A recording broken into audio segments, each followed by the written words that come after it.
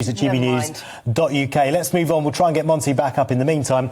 Travel experts warning of severe disruption over the new year as airline passengers have been hit by the grounding of thousands of flights due to staff shortages caused by COVID. Well, around 8,000 flights were cancelled globally between Christmas Eve and Boxing Day. Our London reporter Alice Porter joins us now. Alice, how bad is this disruption? Well, I've been having a look and the latest figures show that more than 2,000 flights have been cancelled today.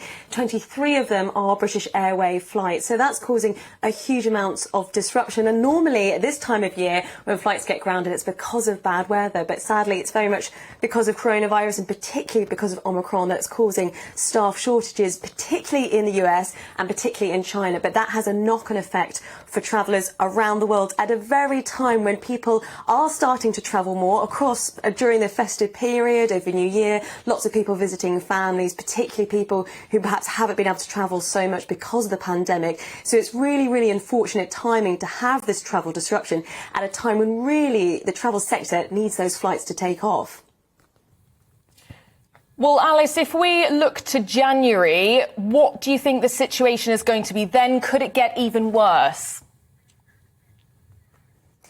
I think there's a strong possibility of that. I mean, if we look in the UK at the moment, we've had the travel sector was actually starting to pick up towards the end of this year, and then Omicron hit, and then the government brought in some more regulations and restrictions in terms of testing, understandably to stop the spread of Omicron. But the unfortunate reality is that has a negative impact in terms of passengers. It's seen as less attractive to fly and go away, and that has a knock-on effect for airlines. And of course, the sector has been so badly damaged, and there's a real concern that if these restrictions that are in place currently, if they continue, then it could make the sector have more of a downturn, which is really worrying. But then let's just say you are able to book a flight and you're happy to take the risk and do your testing.